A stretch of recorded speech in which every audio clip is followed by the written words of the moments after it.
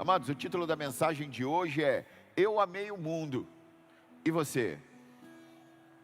Escolhe uma pessoa bem bonita aí perto de você e pergunta para ela: você ama o mundo? Ou fala assim para ela: você amou o mundo? Porque o título é exatamente isso: Eu amei o mundo. E você? Abra sua Bíblia no livro de Efésios, capítulo 1. Sabe, muito interessante prestar atenção nas últimas palavras de alguém. E quando Jesus vai partir, né, já ressurreto, quando ele estava com seus discípulos e ele vai ascender aos céus, as últimas palavras dele foi: vão por todo o mundo e preguem o Evangelho, e serão minhas testemunhas em todas as nações.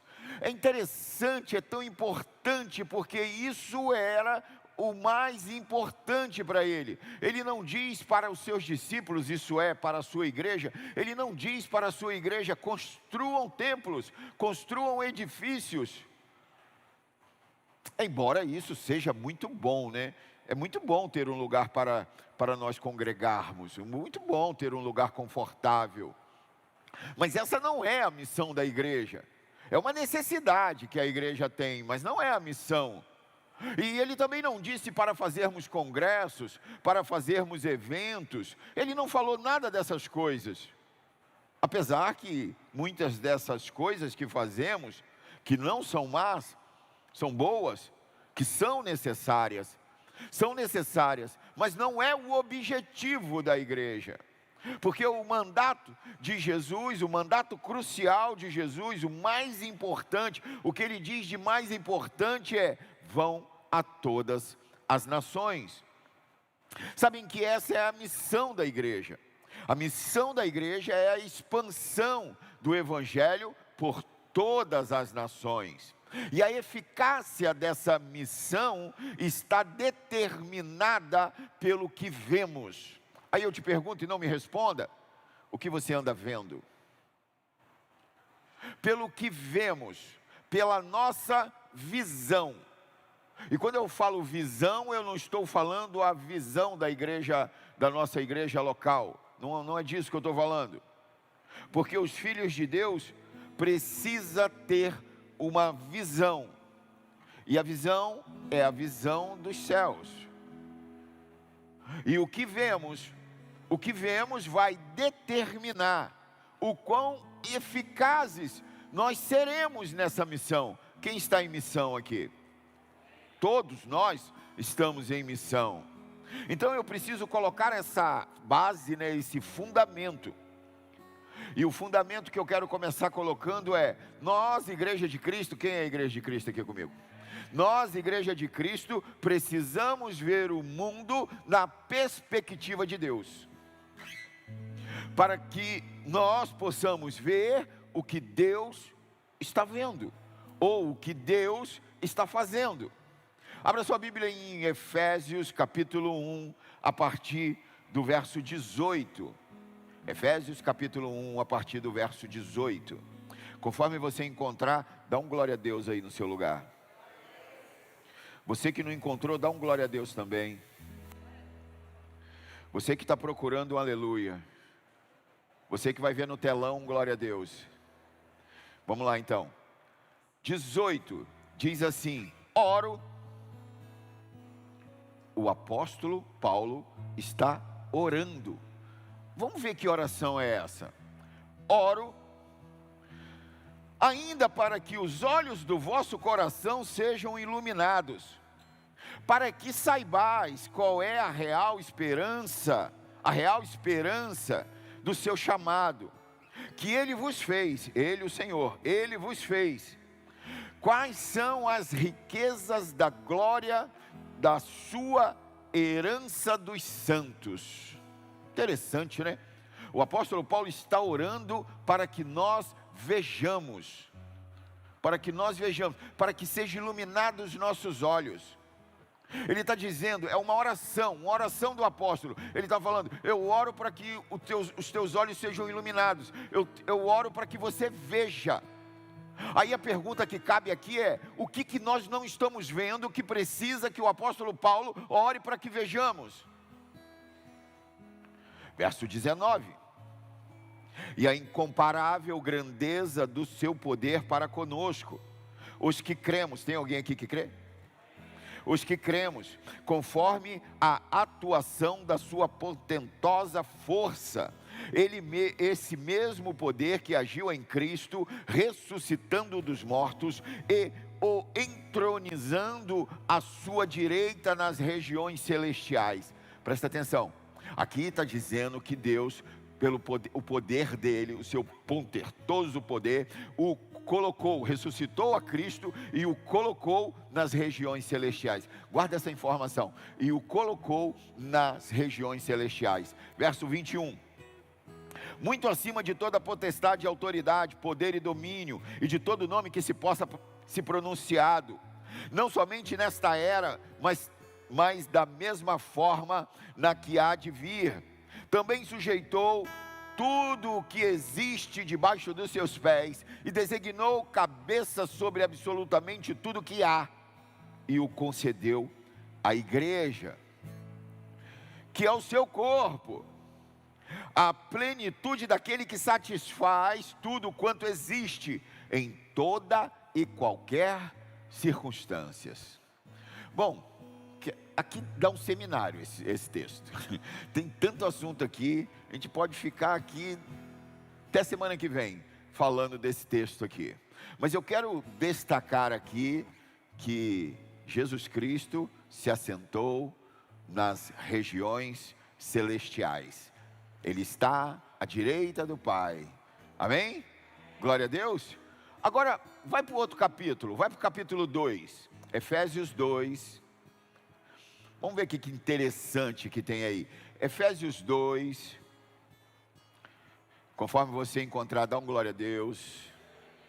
No verso 6, diz assim: Deus nos ressuscitou com Cristo, e com Ele nos entronizou nos lugares celestiais em Cristo Jesus, para revelar nas eras vindouras a suprema riqueza da sua graça, por intermédio da sua bondade para conosco em Cristo Jesus. Aleluia.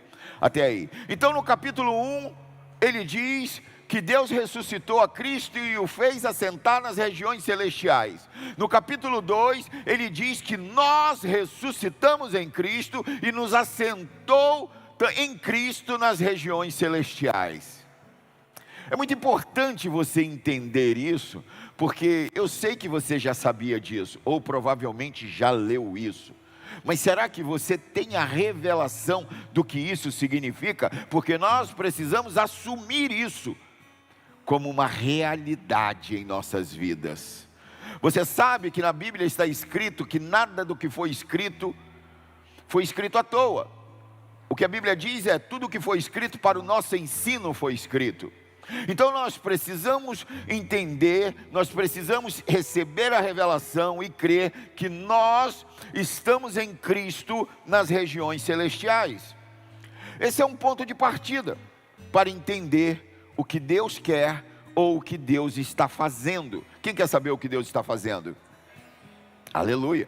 Então, a partir dessa realidade, que é uma realidade, nós, assentados em Cristo Jesus nas regiões celestiais, a partir dessa realidade, da onde nós estamos posicionados, de onde a nossa vida é vivida, de onde realizamos o nosso ministério, de onde estamos realizando o que Deus nos atribuiu, o que Deus nos chamou para fazer, é desse lugar, das regiões celestiais.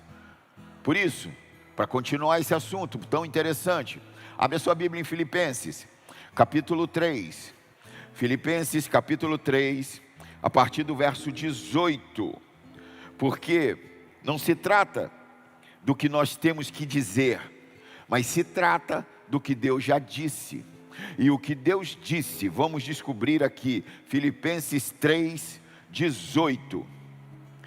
18 a 20, diz assim: portanto, como já vos adverti repetidas vezes, e agora repito com lágrima nos olhos, olha o que está acontecendo aqui. O apóstolo Paulo está dizendo: eu já falei um monte de vezes com vocês, e eu estou falando novamente, e agora eu estou falando até com lágrima nos olhos. O que ele está falando?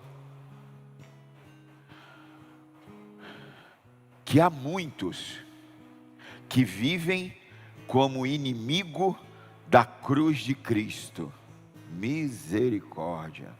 Há muitos que vivem como inimigos da cruz de Cristo. O fim dessas pessoas é a perdição. O Deus deles é o estômago, é o orgulho que eles ostentam, fundamentando-se no que é vergonhoso. Eles se preocupam apenas com o que é terreno.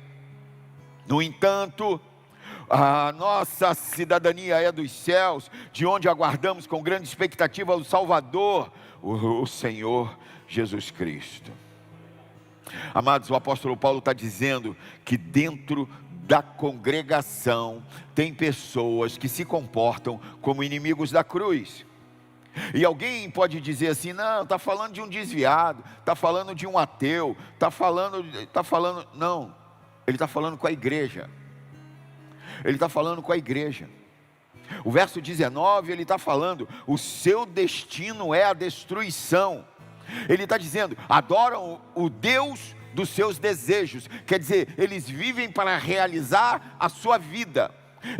Ele está dizendo: só se preocupam com o que é terreno. Quer dizer, ele não se preocupam com o reino de Deus, não se preocupam com o que é espiritual, só está se preocupando com o físico, só está se preocupando com o seu bem-estar, com o seu conforto. E a definição desse tipo de pessoa: inimigo da cruz. Aí a pergunta que eu quero fazer, e por favor não me responda, a pergunta que eu quero fazer é: quem são os inimigos da cruz? Quem são? O apóstolo Paulo está dizendo quem são. São os que adoram o Deus dos seus próprios desejos. São aqueles que só se preocupam consigo, que não estão nem um pouco interessados, empenhados com a missão, a sua missão, o seu chamado. Não estou nem um pouco preocupado com o reino de Deus. E interessante que no verso 20 ele diz, e o contraste, ele fala: tem esses aqui, os inimigos da cruz, só se preocupam consigo, mas entretanto nós somos cidadãos do céu, e ansiamos receber o nosso Salvador, Senhor Jesus Cristo.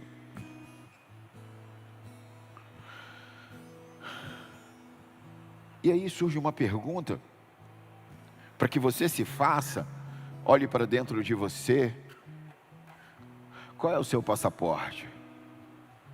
De onde é o seu passaporte? Porque a maioria de nós aqui temos passaporte terreno, e esse passaporte denuncia de que país nós somos.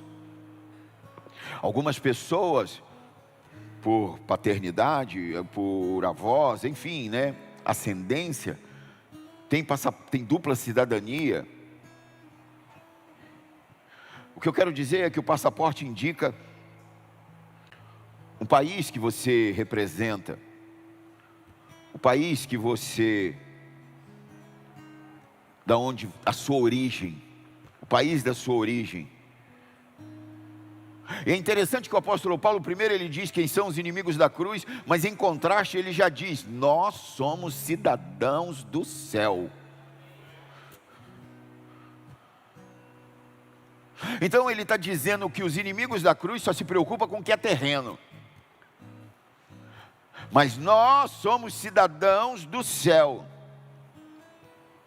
Isso quer dizer que o passaporte, as nossas vidas vão denunciar de onde somos. As nossas vidas denunciam se nós somos da terra, só nos preocupamos com as coisas da terra, só nos preocupamos com o que é físico, só nos preocupamos com os desejos terrenos, com os prazeres, ou se nós somos cidadãos dos céus. Porque o passaporte espiritual é a nossa vida. A pergunta que cabe é: quando alguém nos vê, sabe de onde somos? As pessoas que vivem à nossa volta sabem de onde somos? Sabe de onde pertencemos? Porque de acordo com os nossos interesses, de acordo com o nosso empenho, de acordo com as nossas escolhas, de acordo com o nosso comportamento, porque isso denuncia a nossa cidadania. Os nossos interesses denunciam a nossa cidadania. E eu quero voltar para os inimigos da cruz. Teve um inimigo da cruz aqui que aumentou o ar-condicionado. E eu quero voltar a falar dos inimigos da cruz.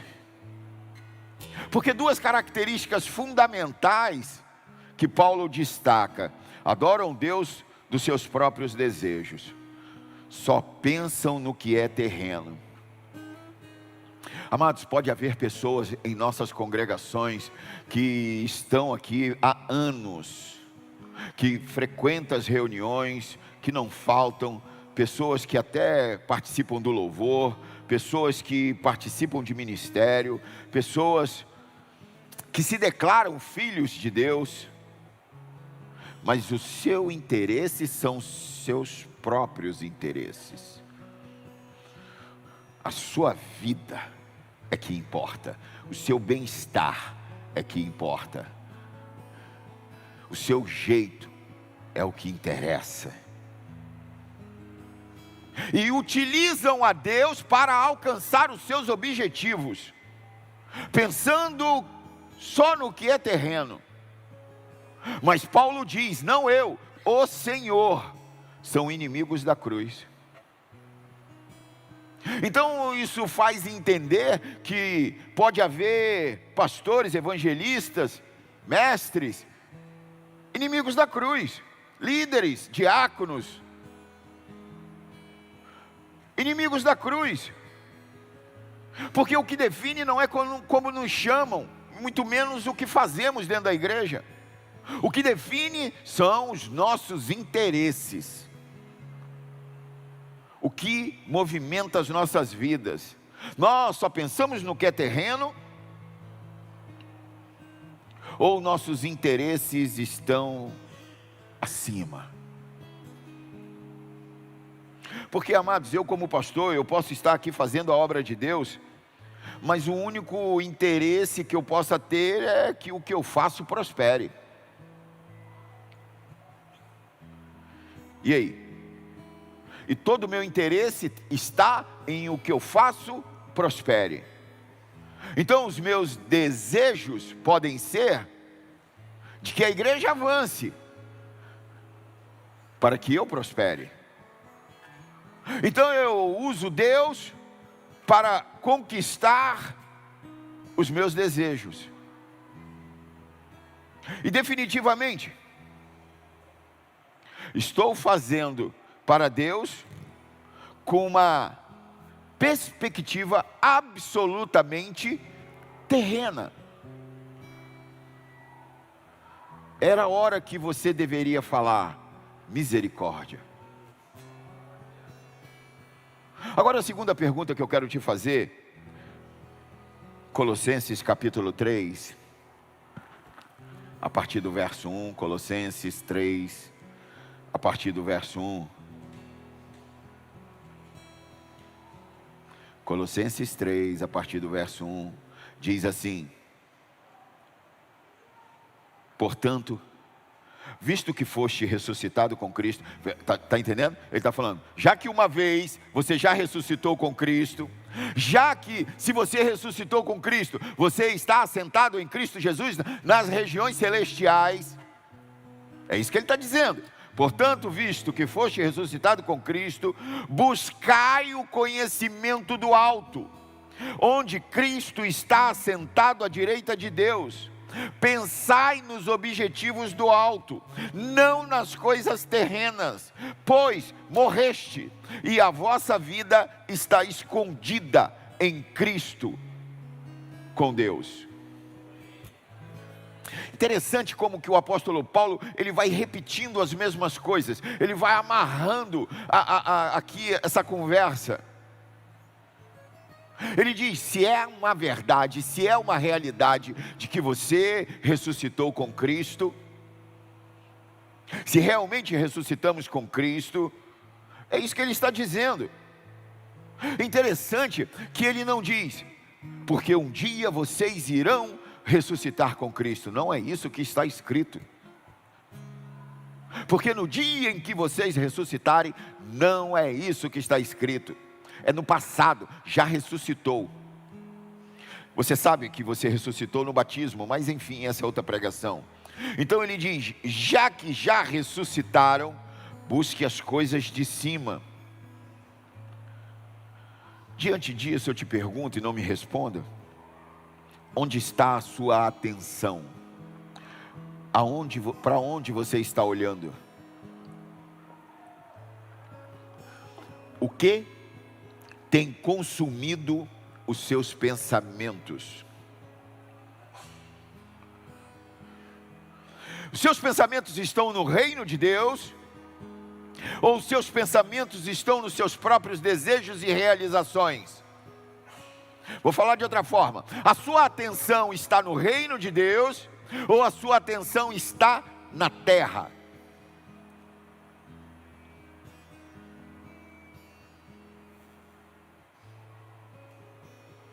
O que você busca são as coisas naturais, temporais, passageiras, corruptas no sentido de deteriorar, dura um tempo.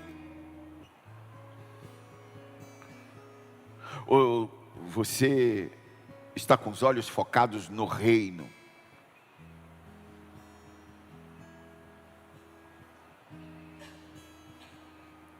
Buscai as coisas de cima. O que são as coisas de cima? As coisas de cima são as coisas que pertencem a Deus. As coisas de cima. Agora vocês estão aí embaixo e eu estou aqui em cima. Não é isso. Não é uma posição geográfica. Não é isso. Nós estamos falando do âmbito espiritual.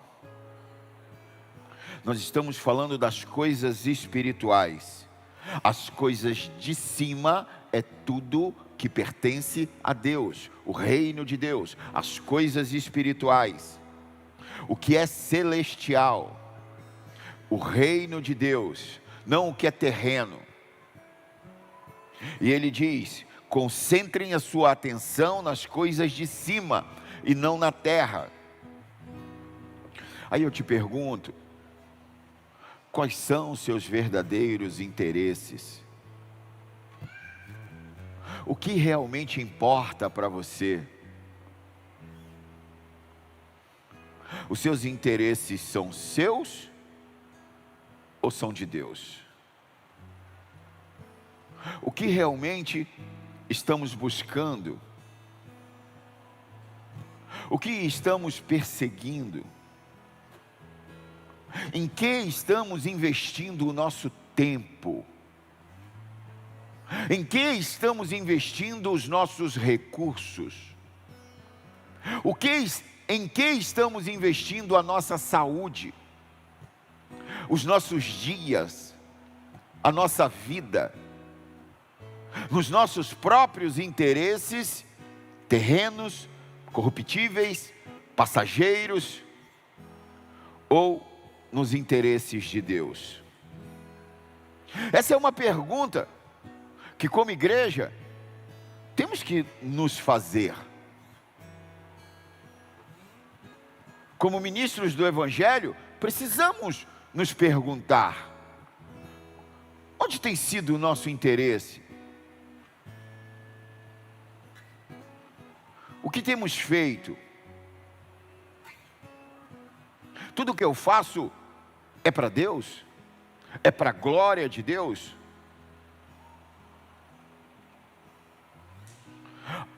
Nessa geração tem uma conversa fiada que é ativismo.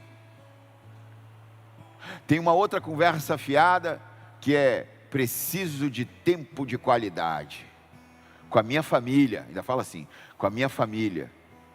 Tempo de qualidade com a família se resume a ficar no celular, num canto e a mulher no outro com outro celular e o filho no canto com outro celular. Esse é o tempo de qualidade. Mas o culto de casais não é hoje. Mas também é verdade que fazer muitas coisas não garante nada, porque pode estar fazendo muitas coisas com a motivação errada. Então, se fazer pouco não garante nada, se fazer muito não garante nada, o que nós temos que fazer? Temos que fazer o que Deus nos chama a fazer.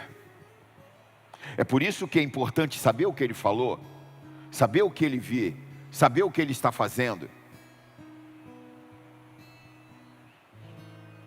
Se o que nós estamos fazendo é por interesse pessoal, ou se o que nós estamos fazendo é porque o Senhor nos chamou para fazer.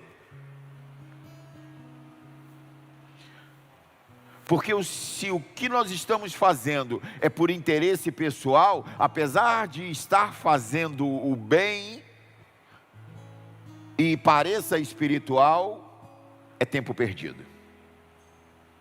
Então isso é o primeiro que precisamos entender. Quais são os interesses de Deus? Porque se soubermos quais são os interesses de Deus, nós podemos transformar os nossos interesses nos de Deus.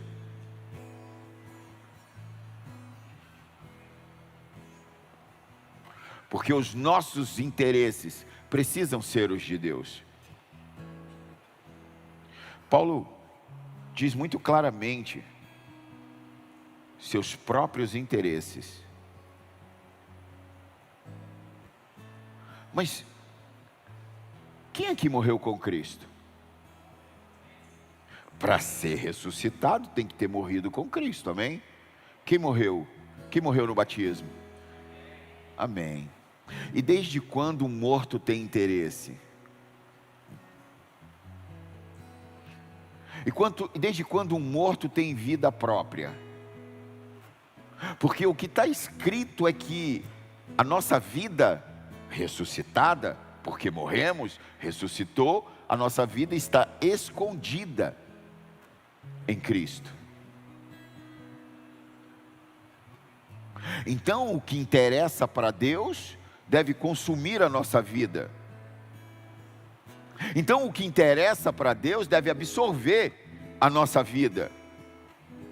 Porque se não for assim, o que a Bíblia está dizendo é que pode ser que sejamos inimigos da cruz.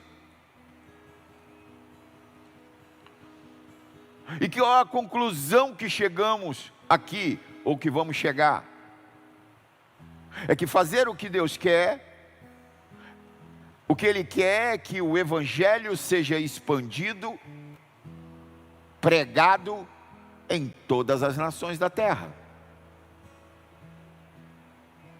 E por isso, amados, é muito importante que abandonemos o sentimento de individualismo. Não cabe individualismo no corpo de Cristo. O corpo de Cristo é corporativo. Então nenhum indivíduo pode fazer o corpo de Cristo, pode ser mais importante no corpo de Cristo. Cristo é muito maior do que qualquer pessoa. Ninguém pode fazer isso. E a verdade é que o individualismo faz muito mal para a igreja. E esse individualismo ele pode ser expressado de muitas maneiras. E na maioria dos casos ele nos separa, ele nos distancia. E nos separa do plano de Deus. Aí eu te pergunto, aonde está o seu coração? Seu coração está no que Deus está interessado? Porque o que eu considero aqui fundamental,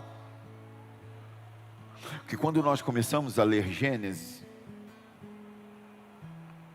até o capítulo 10, Deus vai tratando com a humanidade, com Adão, Enoque, enfim, Noé. Humanidade, representantes da humanidade. E você sabe, vem o dilúvio, porque viu Deus que a maldade tinha corrompido a humanidade. Agora, a partir do capítulo 10, começa a aparecer as nações. Ali se fragmenta em clãs, nações, ali depois da Torre de Babel, na separação das línguas. Todos sabem o que aconteceu. Então, a partir dali, Deus começa a tratar com nações. A Torre de Babel é o início de um trato de Deus com as nações que haviam sobre a terra. Só que logo em seguida, né, assim, né, nas páginas, muitos anos, logo depois, Deus chama Abraão. E ele diz o quê? Abraão, de ti uma nação. Então Deus começa a tratar com uma nação, para alcançar a humanidade. Humanidade, nações, uma nação. Interessante, né? A humanidade se divide em nações, ele levanta uma nação para alcançar a humanidade. Agora, já quando Jesus Cristo vem, ele já começa falando novamente das nações. E ali ele começa a pregar para algumas pessoas que não eram judeu, não eram da nação judaica. E como falamos no começo, quando nos dá o que é a chamada a grande comissão, vão e pregue o evangelho a todas as nações. Humanidade, as nações, uma nação volta para a humanidade. O plano de Deus, em Efésios capítulo 2, criar em si mesmo uma nova humanidade, sem divisão de povos, sem divisão de raça, sem divisão de línguas, criar uma humanidade.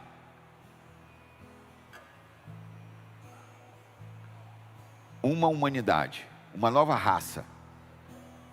Tomar consciência do local aonde Ele nos colocou, nas regiões celestiais. E desse lugar, juntamente com Cristo, no alto, as coisas do alto, ver o mundo da mesma maneira que Deus vê o mundo. Por quê? Porque se estamos nas regiões celestiais, assentados em Cristo Jesus, nós podemos de lá olhar para o mundo da mesma maneira que Deus olha para o mundo. Ver o mundo na perspectiva de Deus. Porque a missão da igreja é o mundo. A forma como nós vemos o mundo vai determinar o quanto eficazes nós seremos nessa missão. Aí eu te pergunto, como você vê o mundo? Você vê o mundo a partir das regiões celestiais? Porque foi dessa forma que Deus estabeleceu.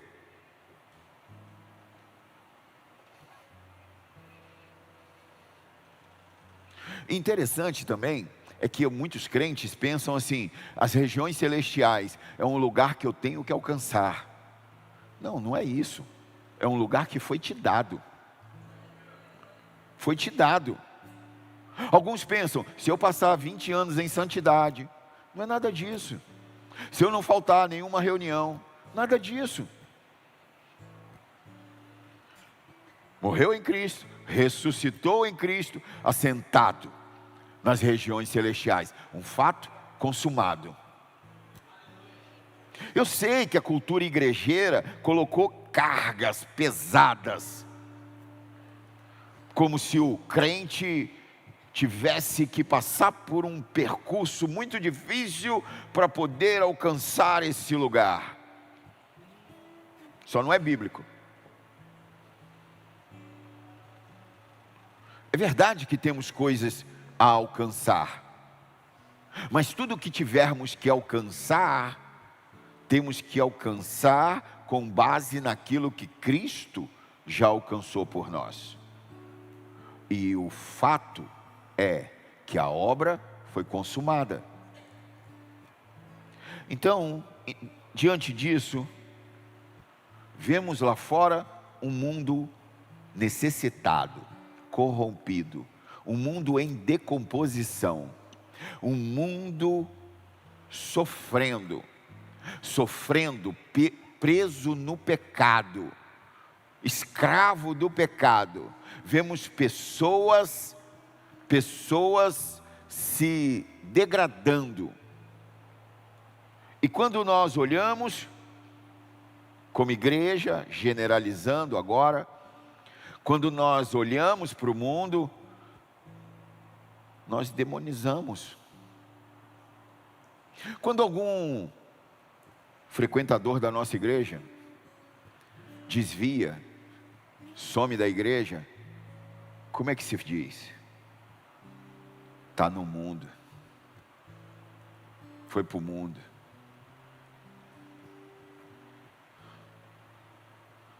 Como que nós olhamos? Sai um filme novo, porque é endemoniado. Fazem separação de música, o que é gospel e o que é secular. E são as mesmas pessoas que fazem as duas.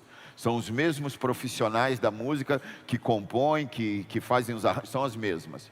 É só o crente que não tem conhecimento que fica achando que quem fez aquela música que dita gospel vive em santidade, num mosteiro, isolado. Tem até asa. Tirar a camisa dele, bate as asas. Por que pensamos assim? Por que vemos o mundo dessa maneira?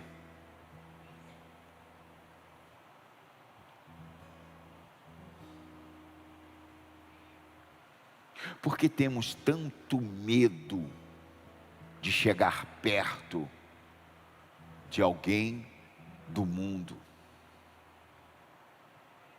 Será que não temos convicção da nossa salvação em Cristo Jesus? Medo de se perder, e é verdade que muitos se perdem. É verdade que muitos se perdem. Mas se a Bíblia diz que eu estou assentado em Cristo Jesus nas regiões celestiais, que eu sou embaixador do reino de Deus, representante legal desse reino, eu me alimento da palavra dele todos os dias, então estou alimentado, estou sendo transformado à imagem de Cristo diariamente, dia após dia, de glória em glória. Tudo isso para quê?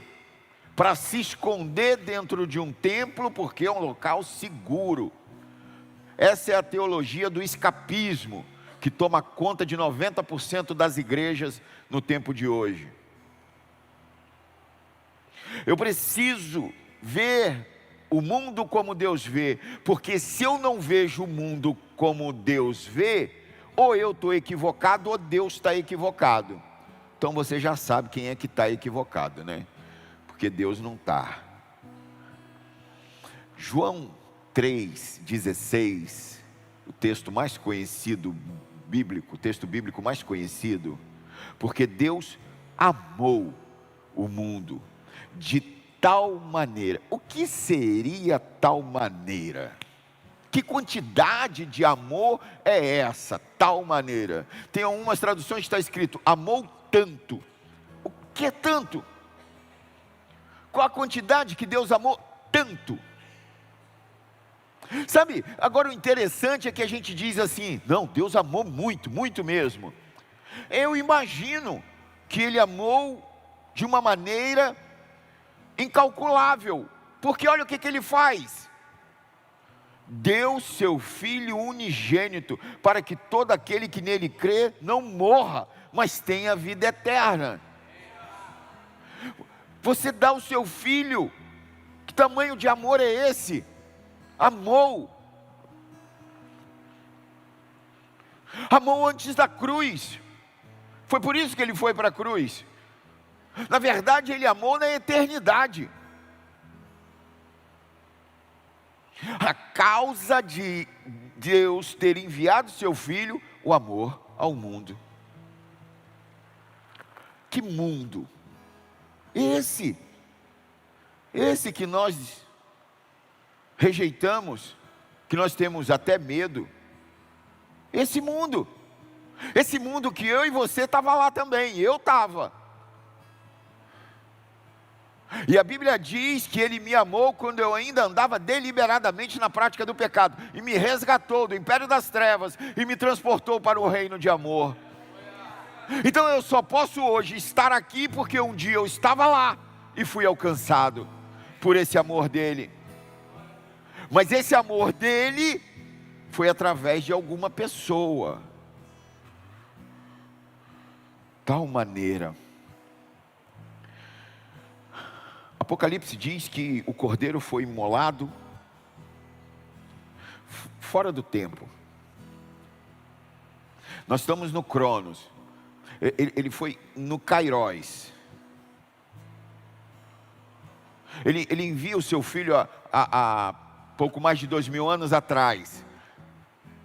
Mas no coração de Deus, na eternidade, já tinha entregue o filho.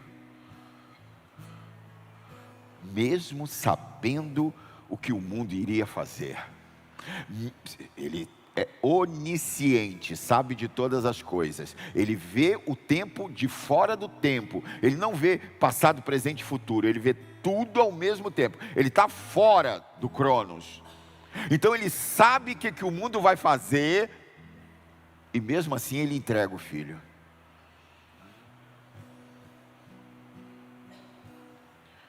Sabe por que essa religiosidade evangélica, ela fala para a gente amar o irmão e odiar o mundo.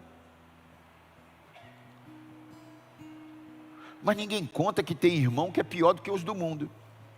Mas eu falo, tem. E quando vemos um pecado, há uma tendência a supor que esse pecado aborrece Deus. Mas quando Ele amou o mundo não tinha pecado? Ele amou o mundo em pecado. E foi justamente porque Ele amou o mundo que enviou o seu Filho para resolver o problema do pecado. Aí a pergunta que eu faço agora, e não me responda, é o quanto nós estamos amando o mundo. Quanto nós estamos amando? Quanto nós estamos amando as nações, a humanidade? Mas talvez você não tenha chamado missionário para ir para outro lugar. Aí eu vou te perguntar, quanto você tem amado sua família que não é crente? Quanto você tem amado seus amigos da escola que não é crente? Quanto você tem amado o pessoal do seu condomínio que não frequenta uma igreja, que não conhece a Cristo? Quanto você tem amado a tua geografia, as pessoas que vivem à tua volta? Quanto nós temos amado? Quanto que o nosso coração tem se empenhado em amar o mundo?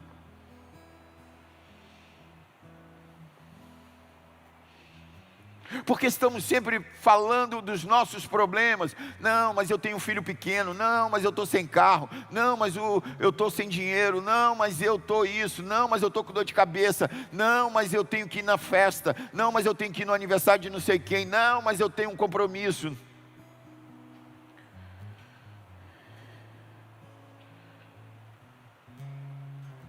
mortos, nós estamos mortos, ressuscitados em Cristo, escondido em Cristo. Sabe o que parece? É que o amor ao mundo de Deus foi de palavras. Só fala assim: eu amei o mundo. Ele deve ter gritado lá do céu: ei, se liga, eu amo vocês, hein? Valeu? Esquece isso não, estou amando, hein?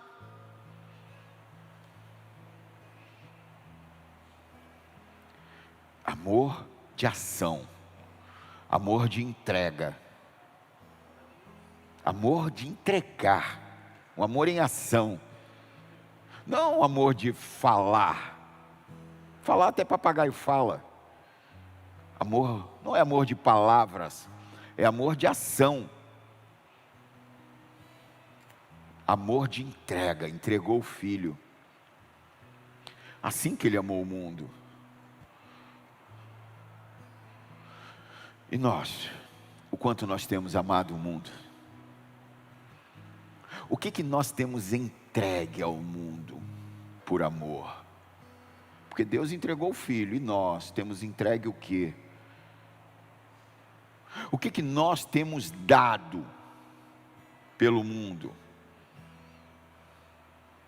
O que nós estamos renunciando dos nossos sonhos, dos nossos planos, dos nossos projetos, por amor ao que Deus ama?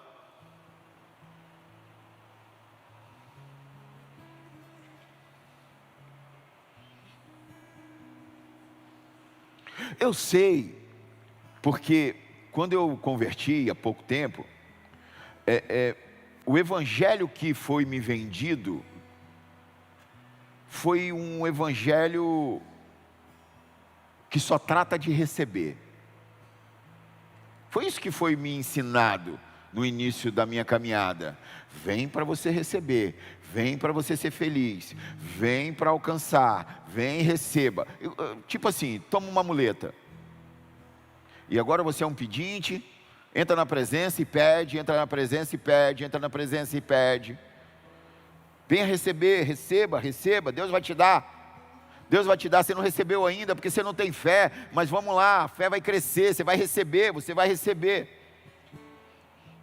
O problema é que eu fiquei curioso e fui ler a Bíblia, e na Bíblia não está escrito isso. Mas esse pensamento fez alimentar a igreja.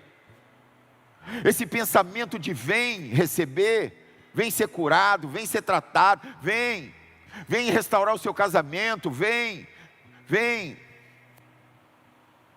Esse pensamento tornou o irmão, o crente, egoísta, estimulou a ambição pessoal.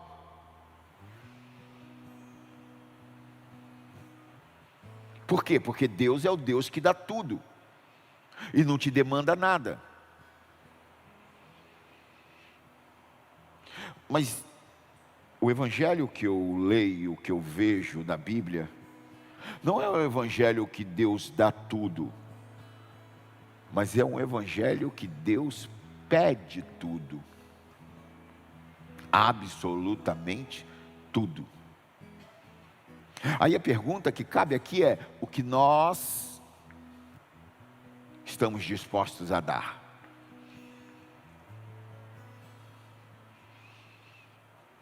Por amor ao mundo, para demonstrar amor ao mundo, para que ninguém se perca. E diz o apóstolo Pedro, o desejo de Deus, o coração de Deus é que ninguém se perca, que todos procedam ao arrependimento. É isso que está no coração de Deus. Ninguém se perca. Ninguém se perca.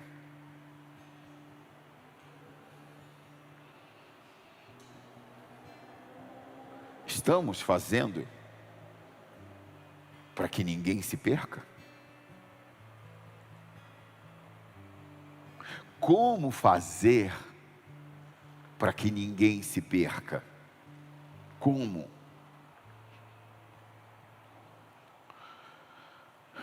Viver a palavra. Não é repetir a palavra, não é declarar a palavra, porque decorada, até criança decora. O que não falta é crente que sabe versículo de cor e não vive nenhum. Então, como Deus vê o mundo? 2 Pedro, capítulo 3, verso 9. Porque Deus não quer que ninguém se pereça, mas que todos se arrependam. Esse é o desejo de Deus. E quem é responsável por fazer isso?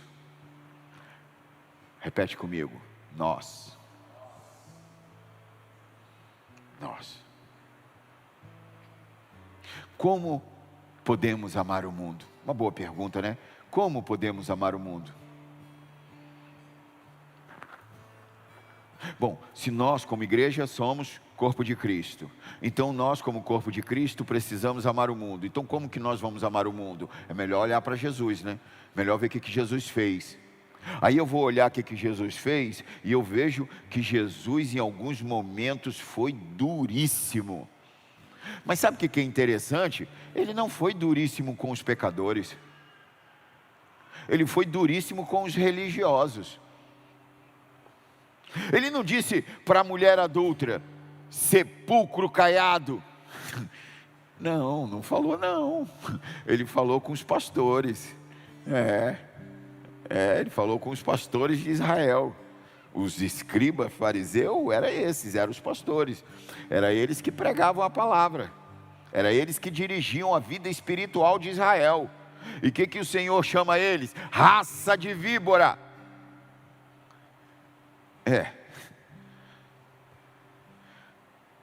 Ele não fala com a mulher samaritana que já tinha 5 maridos. Para os pecadores ele fala com amor. Porque ele sabia que aquela vida precisava de libertação, de redenção. Precisava ser resgatada. Mas quem era o problema aqui nessa história? Os religiosos. Porque os religiosos acreditam ser melhores. Os religiosos acreditam ter mérito.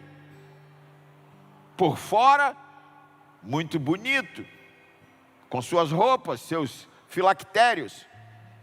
Por dentro, corrupção. Mateus capítulo 9, no verso 35, Jesus percorria todos os povos, aldeias, ensinando nas sinagogas, anunciando as boas novas do reino. Olha que interessante. Anunciando as boas novas do reino, sarando toda enfermidade, toda doença. Amados, a multidão. Jesus está percorrendo as aldeias, multidão atrás de Jesus. Dentro de uma multidão tem o quê? Todo tipo de pessoas. Tudo misturado, está tudo misturado ali. Dentro daquela multidão tinha assassinos, provavelmente, tinha ladrões, tinha prostituta, tinha homossexuais, tinha problemas, escolhas, pecados, enfim. Talvez ali no meio da multidão tinha pedófilos, tinha estrupadores, sei lá, tinha um monte de gente ruim ali naquele meio, como há em qualquer sociedade. Imagina Jesus aqui em Vila Velha, andando por todos os bairros, e as multidões atrás dele. O que ele teria visto? O que ele teria visto? Porque sabe o que a palavra diz? Vendo as multidões, teve compaixão, porque eram como ovelhas sem pastores. O que ninguém pode esquecer é que a primeira vinda de Jesus não veio para condenar o mundo, ele veio para salvar o mundo. E naquela cruz se abriu o tempo da graça, a dispensação da graça, que só vai se fechar na volta dele. Falei disso na quarta-feira passada. Então, o Senhor Jesus veio para salvar pecadores. O Senhor Jesus está assentado nas regiões celestiais. Assentou a igreja nas regiões celestiais também. Isso quer dizer, nós somos o corpo de Cristo aqui na terra. Para quê? Salvar pecadores. Mas qual é o problema da igreja? Fica catalogando pecados. O problema é que nós vemos o pecado no pecador. Jesus não nos chamou para isso. Eu não quero saber qual é o problema do teu pecado. Eu quero saber que Jesus te ama. Amados, pecado é pecado. E a Bíblia diz que o salário do pecado é a morte. O pecado não é a vontade de Deus. O pecado é o que escapa à vontade de Deus. O pecado também é tudo aquilo que não se faz com convicção de fé. É pecado. Mas ele diz, ao ver as multidões teve compaixão delas, porque andavam desamparadas como ovelhas sem pastor. Isso era que Jesus viu. Tinha pecado? Tinha, mas ele estava vendo a condição interior. Qual era a condição interior dessas pessoas? Desamparadas. Aí ele diz no verso 37, a colheita é abundante, mas os obreiros são poucos. Peça ao Senhor da colheita que envie obreiros ao seu campo. Aonde que está o coração de Jesus? No campo, no mundo, nas pessoas. Se não podemos amar, como vamos ganhar as pessoas? Quando esse casal chegou aqui, Cláudio e Elaine, quando ele chegou aqui e queria abrir a igreja lá, a única pergunta que eu fazia para eles repetidamente: tem que amar aquelas pessoas, não foi isso? Tem que amar. Tem que amar. Eu não perguntei quanto de Bíblia sabia, porque eu sabia que eles sabiam. Eu não perguntei se pregava bem, eu não perguntei nada. Tem que amar. Tem que amar aquela terra. Tem que amar. Não, a gente ama. A gente ama. A gente ama. Estava quase se ajoelhando e jurando. A gente ama. Falei, amém. Glória a Deus. Porque a gente só precisa disso, de alguém que ame. Ame. Você que quer ser enviado um dia para abrir uma igreja, fundar uma igreja, eu te ajudo. Mas ame uma terra. Ame um povo. Ame. Se você for apaixonado por um povo, está tudo certo. Vai dar certo. Vai dar certo. Porque é assim que Deus vê. É assim, desse jeito. E nós temos só esse tempo para fazer isso. Nós temos esse tempo. O tempo que se abriu na cruz e que se vai fechar na volta dele. Enquanto isso não acontecer, não é tempo de juízo. E eu sei que todas as vezes que acontece um desastre, que acontece uma catástrofe, toda vez que acontece alguma coisa, né, alguém está dizendo, é o juízo de Deus. É por causa do pecado. Pandemia entrou, juízo de Deus. Enchente lá no Rio Grande do Sul, juízo, é pecado. Mostra na Bíblia. Mostra. A Bíblia fala de juízo do pecado, sim. Fala do dia do juízo. Mas é futuro. Depois que Jesus Cristo voltar. Agora não. 2 Pedro 2, 9. Tudo isso demonstra que o Senhor sabe livrar das tentações os que vivem em devoção a Deus. E sabe também guardar os injustos para castigá-los no dia do juízo. Não é agora. se Deus estivesse castigando agora, como que ia se arrepender? Vamos supor que a pandemia foi um castigo de Deus. Aí morreu um monte de gente. Ué, essas pessoas não se arrependeram. E qual é o propósito de Deus? Que as pessoas se arrependam. A Bíblia não entra em contradição, amados. Pandemia, terremoto, cataclismas, enfim, são questões naturais. Não tem nada a ver com o castigo de Deus. Pode ser até consequência dos pecados, pode ser, mas não castigo de Deus. O que aconteceu em Sodoma e Gomorra, outra dispensação, não vai acontecer agora, enquanto Jesus Cristo não voltar. Lucas 9, a partir de 54, diz que foram pregar em Samaria. Deus mandou de 2 em 2, Jesus mandou de 2 em 2. E aí você sabe, expulsaram eles, né, em Samaria. Rejeitaram a mensagem de Cristo. Aí no verso 54 está escrito: ao ver isso, seus discípulos Tiago e João disseram: Senhor, queres que manda que caia fogo do céu para fazer, caia fogo do céu como fez Elias, para que os destrua? Aos discípulos, só lendo o Antigo Testamento. Fazer igual Elias, vamos fazer igual Elias, manda fogo. Parece a igreja, alguns, né? Parece. Senhor, manda fogo, consome esse filisteu.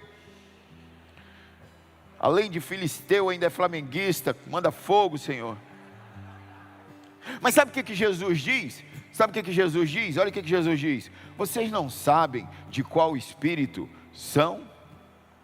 Porque o Filho do Homem não veio para tirar a vida de ninguém, mas para salvá-la.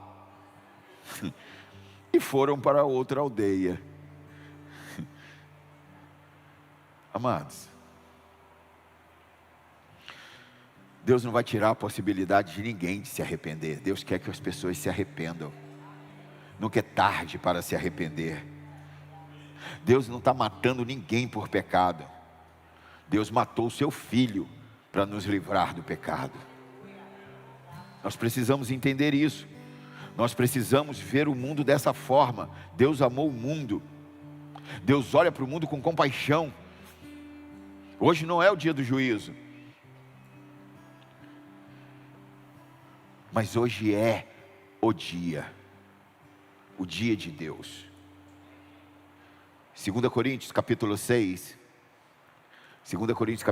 no verso 1 diz assim: e nós, como cooperadores de Deus, quem quer cooperar com Deus aqui? E nós, como cooperadores de Deus, vos exortamos a não acolher a graça de Deus de forma inútil. Quem é colaborador de Deus aqui? Ele está exortando: não acolha a graça de forma inútil. Porquanto diz o Senhor: eu te ouvi no tempo oportuno e te socorri no dia da salvação. Com certeza vos afirmo, esse é o momento propício. Agora é o dia da salvação. Hoje é o dia da salvação. Esse hoje é um hoje eterno. Esse hoje é um hoje que abriu lá na cruz e só vai se fechar quando Cristo voltar. Então esse hoje é um dia vigente. É hoje o dia da salvação. E nós estamos vivendo esse dia. Esse dia não é um dia de 24 horas. É o dia do Senhor. É assim que Deus vê o mundo, é assim que Deus ama o mundo, e é assim que a igreja precisa ver na perspectiva de Deus para ganhar o mundo, ser colaborador de Deus. Precisamos ver o mundo das regiões celestiais como Deus vê. Eu amei o mundo e você. Eu amei o mundo e você. O que você tem feito? Sabe, aqui não se trata de crescer ministério, aqui não se trata de, enfim, não se trata de nós. Se trata de uma missão de Deus, da vontade de Deus. É o mandato que Deus fez a nós. E para isso nós precisamos saber aonde está a nossa atenção, o nosso foco. No mundo ou no meu mundo? Estamos vendo o mundo ou o meu mundo? Se pergunte. Porque muitas vezes nós estamos tão centrados em nós mesmos, no nosso pequeno mundo, em nossas vidas, os nossos interesses. Talvez seja um pouquinho mais ampliado, você não pensa só no seu mundo, você pensa na sua família que importa. Tudo que interessa é a sua casa. Então as nossas orações só falam do que é meu, do que me interessa. As orações é só sobre o meu mundo.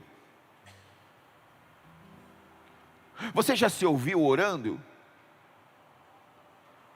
Os que oram, né? Os que oram. Já se ouviu orando? Porque as suas orações vão denunciar os seus interesses. Por que oramos?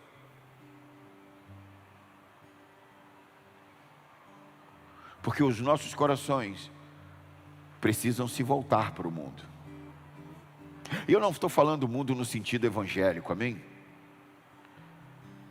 Estou falando as pessoas. Eu não estou falando o sistema, não estou falando a cultura.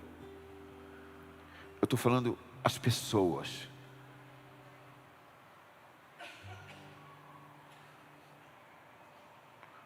Onde está o seu interesse?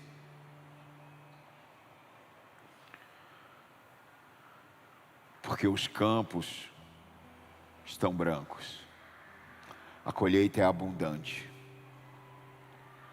e os colaboradores são poucos. Como você tem visto o mundo? O que você está vendo? Porque, amados, foi exatamente esse o problema de Israel. Israel foi levantada como nação para alcançar as nações. O que Deus disse para Abraão? Em ti serão benditas todas as nações da terra. E o que Israel fez? Sentou no privilégio e esqueceu da missão. Eles tinham um Deus verdadeiro e não compartilhavam com ninguém. Nós somos o povo de Deus e vocês saem da minha frente. Como é que o judeu ora? Orava, né? Não sei se ainda ora assim. Enfim, como é que o judeu orava? Senhor, obrigado por eu não ser gentil, quer dizer, e por eu não ser mulher. Aí é outra pregação. Mas é assim que o judeu orava, né? Não sei. Enfim, mas na Bíblia está assim. Obrigado porque eu não sou gentil. Como que esse cara que está agradecendo por não ser gentil vai alcançar o gentil? Vai alcançar o... Por que a mulher samaritana ela fica espantada quando Jesus fala com ela? Porque o judeu não falava com o samaritano. Como que se o judeu não fala com o samaritano, vai alcançar o samaritano? O povo de Israel, a nação de Israel, sentou no privilégio de ser povo de Deus e odiava tudo que não era Israel. Podemos dizer assim, não se aproximava do mundo, não pregou para o mundo. Nós, igreja, não podemos fazer isso. Não podemos.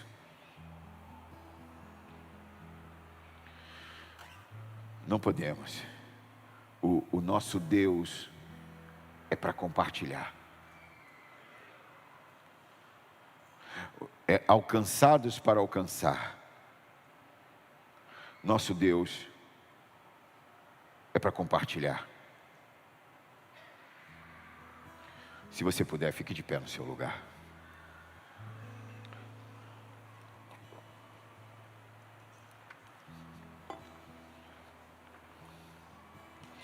Deus olhou para a humanidade caída, corrompida, depravada e amou. Não amou porque era bom.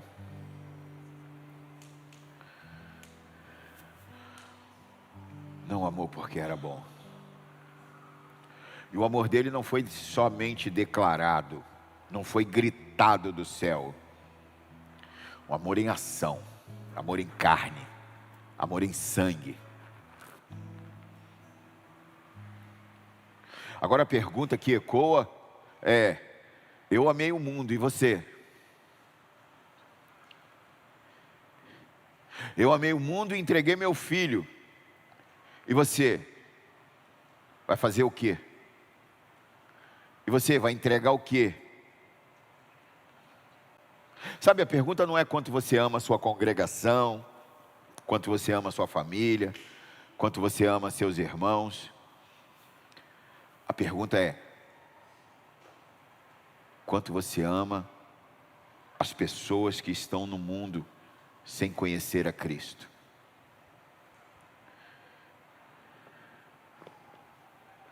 Aqueles que estão desamparados, como ovelhas sem pastor.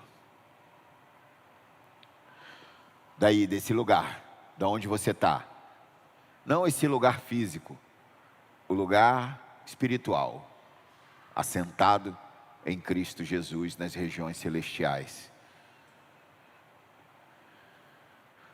Daí, desse lugar, você vê o seu mundo,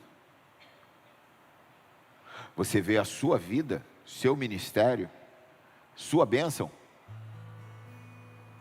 Ou você está vendo o que Deus vê? Multidões desamparadas, ovelhas perdidas, nações esperando. Porque Ele diz: vão, sem fronteira. Vão na casa do vizinho. Vão do primo, do cunhado. Vão daquele amigo, colega de trabalho. Vão alcançar todos. Amados, hoje não é dia de juízo, hoje é dia de salvação. O que Deus pode fazer através de você? Eu sei que a maioria veio aqui para saber o que Deus pode fazer em você. Mas não é essa a pergunta. É o que Deus pode fazer através de você. Através de você. O que você pode fazer por esse mundo que Deus ama? O quê? Levante as tuas mãos ao céu, se você puder. Pai, em nome de Jesus, estamos aqui rendidos ao Teu poder e ao Teu amor. E clamamos nessa hora pelo Teu Santo Espírito, iluminando os olhos do nosso entendimento, para que vejamos, Senhor, o que nem sempre nós vemos, para que saibamos qual é a esperança do nosso chamado, quais são as riquezas da Tua glória, a herança dos santos, qual é a incomparável grandeza do Teu poder para conosco, Senhor. Nós, os que cremos, abre os nossos olhos, Senhor, para ver o mundo como o Senhor vê. Em nome de Jesus, Pai, declaramos nessa hora que a nossa cidadania é dos céus. Não queremos viver como inimigos da cruz, Senhor, dominados pelos nossos próprios desejos, pelas coisas terrenas. Declaramos: o nosso passaporte é celestial. Declaramos: queremos que a nossa vida evidencie onde vivemos e a quem pertencemos.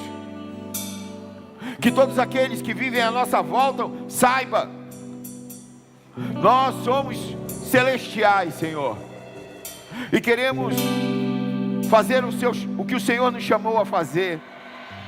A palavra diz que o Senhor amou o mundo de tal maneira que deu o Filho. Pai, em nome de Jesus nós clamamos: ensina-nos a amar o mundo da mesma forma, não com amor de palavras, mas com o amor de dar, o amor que se entrega, amor que renuncia. Não queremos demonizar o mundo, Queremos ver o mundo com os teus olhos, Senhor, com compaixão, paixão, amor. Por isso, Senhor, em nome de Jesus, o Senhor nos manda ir por todo mundo e pregar o Evangelho a todas as nações. Perdoa-nos por reduzir essa missão ao nosso pequeno mundo. Perdoa-nos, Senhor, por nos assentarmos no privilégio de sermos o teu povo e esquecermos do mandato. Por isso, Pai, em nome de Jesus, levanta aqui uma geração apaixonada por ganhar vidas, uma geração apaixonada pelo evangelismo, uma geração apaixonada, Senhor, por compartilhar do teu amor. Em nome de Jesus, Pai, entendemos que o teu evangelho nos dá tudo, sim, sem pedir nada. Mas o teu evangelho também é um evangelho que pede tudo. E por isso nós declaramos, Senhor, recebemos tudo que o Senhor tem para nós e te entregamos tudo que o Senhor quer de nós. Te entregamos as nossas vidas, os nossos recursos, o nosso tempo, a nossa saúde. Te entregamos, Senhor, os nossos desejos, os nossos interesses. Morremos para nós mesmos, Senhor. Que a nossa vida verdadeiramente esteja escondida em Cristo. Que os teus interesses sejam os nossos interesses, Senhor. Por isso declaramos, nesse dia de salvação, Senhor, que não é dia de juízo, é dia de salvação, que o Senhor derrame um óleo fresco sobre nossas vidas, uma unção de capacitação de evangelismo, Pai, para que possamos andar por essa terra, compartilhando a Cristo com os perdidos, os desamparados, Pai, para que todos cheguem ao arrependimento, para que ninguém se perca, e que a tua igreja, Senhor, prospere, na medida que o Senhor tem preparado, que a tua palavra, Senhor, esteja em nossas bocas em todo o tempo. Por isso nós clamamos, Espírito Santo, vem sobre nós nessa hora, envolve-nos em tua glória, Senhor, manifesta o teu poder, nos constrange, Senhor, nos constrange nessa hora, com o teu Santo Espírito, em nome de Jesus, em nome de Jesus.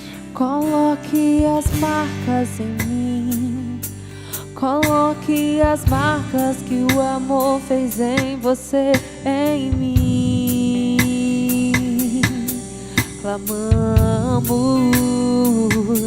coloque as marcas em mim, coloque as marcas que o amor fez em você, em mim.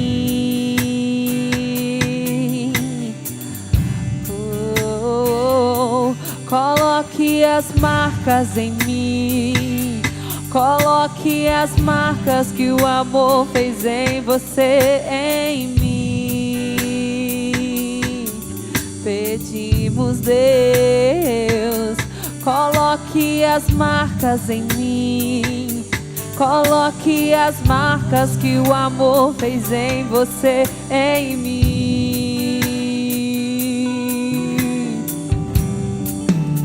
Me amar como você me ama é o mínimo que eu poderia fazer por tudo o que você fez por mim. Me amar como você me ama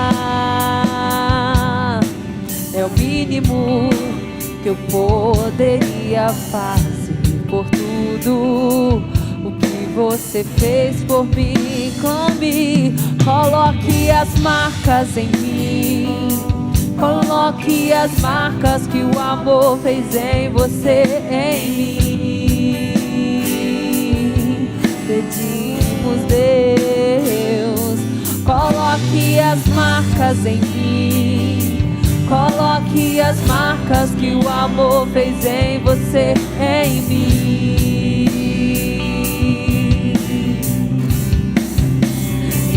Como você me ama é o mínimo que eu poderia fazer por tudo o você fez por mim, me amar como você me ama.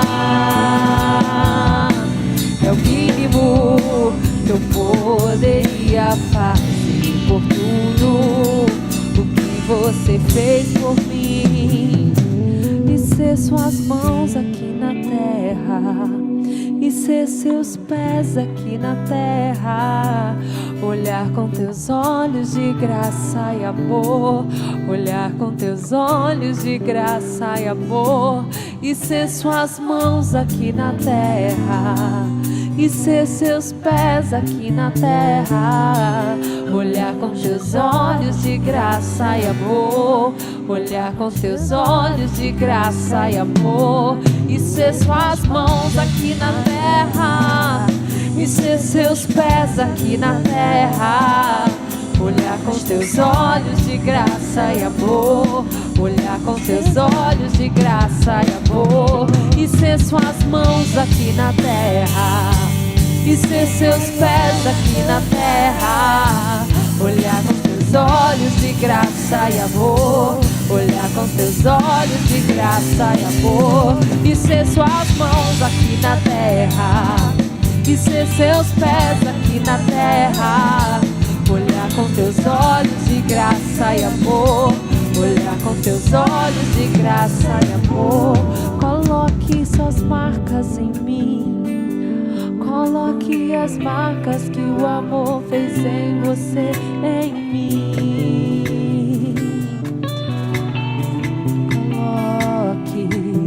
Coloque suas marcas em mim, coloque as marcas que o amor fez em você, em mim. E amar como você me ama. É o mínimo que eu poderia fazer por tudo o que você fez por mim. E amar como você me ama, Deus, é o mínimo que eu poderia fazer por tudo o que você fez por mim.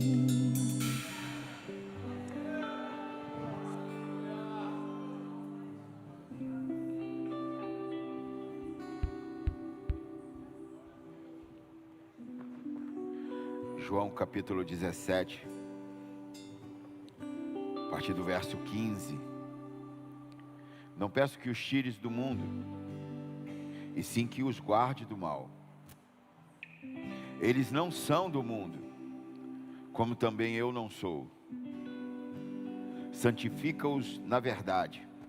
A tua palavra é a verdade. Assim como tu me enviaste ao mundo, também eu os enviei ao mundo. Vamos entender no Espírito e assumir a responsabilidade que temos de compartilhar o Cristo que habita em nós. Temos tudo, não nos falta nada para cumprir o chamado que o Senhor colocou em nossas vidas. Na simplicidade do dia, você não precisa mudar de endereço, você não precisa mudar de emprego, não precisa de nada disso, a não ser que o chamado seja específico para isso. É no dia a dia derramando o amor de Deus, no dia a dia. E lembra, o amor dele é Cristo. Derrame Cristo, compartilhe Cristo. Cristo é muito grande para ficar dentro de você, precisa compartilhar, sabe, de maneira simples. Não precisa falar do pecado. Quem anda no pecado sabe que é pecado, só não tem força para sair. E o que lhe falta? Cristo. Conforme Cristo vai ocupando, não vai tendo espaço para o pecado. O problema do pecado já foi resolvido. A gente precisa crer nisso também. Foi resolvido na cruz. Esse não é mais o problema. O problema das pessoas é crer em Cristo. Nós já cremos, amém? Só precisamos compartilhar isso, para que ninguém morra e que todos alcancem a vida eterna em Cristo Jesus. Se você crê e recebe essa mensagem, se expressa ao Senhor.